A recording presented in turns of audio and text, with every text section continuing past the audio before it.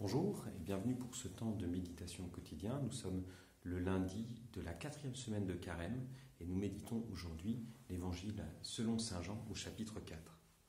En ce temps-là, après avoir passé 2 jours chez les Samaritains, Jésus partit de là pour la Galilée. Lui-même avait témoigné qu'un prophète n'est pas considéré dans son propre pays. Il arriva donc en Galilée.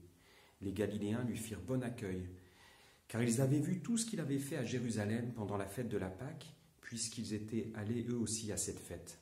Ainsi donc Jésus revint à Cana de Galilée, où il avait changé l'eau en vin. Or il y avait un fonctionnaire royal dont le fils était malade à Capharnaüm. Ayant appris que Jésus arrivait de Judée en Galilée, il alla le trouver.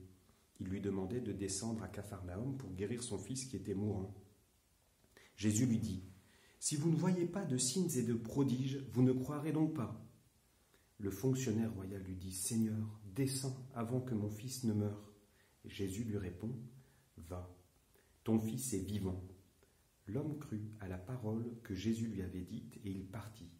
Pendant qu'il descendait, ses serviteurs arrivèrent à sa rencontre et lui dirent que son enfant était vivant. Il voulut savoir à quelle heure il s'était trouvé mieux.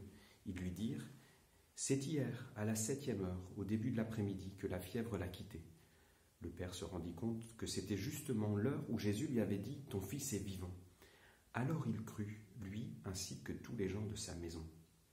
Tel fut le second signe que Jésus accomplit lorsqu'il revint de Judée en Galilée. Acclamons la parole de Dieu.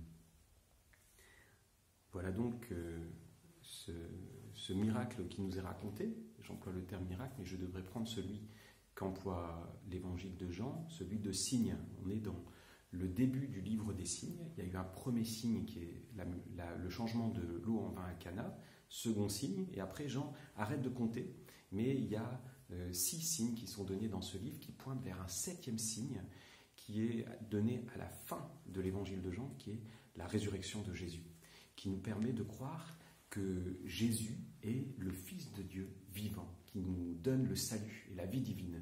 Alors c'est vers cette vie divine que chacun de ces signes pointe, et on voit toute cette tension qu'il y a entre nos attentes physiques et matérielles et le désir de Jésus de nous apporter le salut de nos âmes, de nous donner la vraie vie, la vie divine que nous accueillons, pas seulement pour là-haut, mais qui commence à nous transformer de l'intérieur des ici-bas.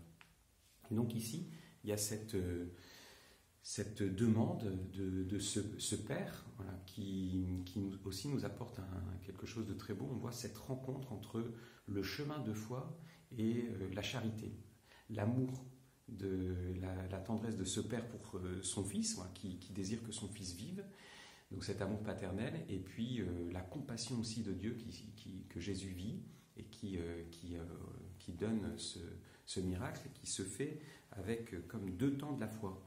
Le premier temps de la foi, c'est le Père qui croit dans la parole que Jésus a donnée, ton Fils est vivant.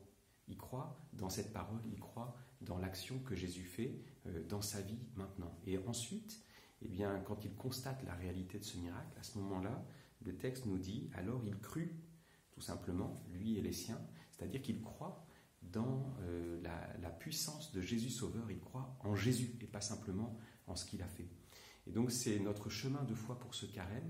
Nous sommes invités à aller toujours plus loin dans notre attachement à Jésus, Fils de Dieu, dans notre foi en lui, en faisant confiance dans ce qu'il fait dans nos vies.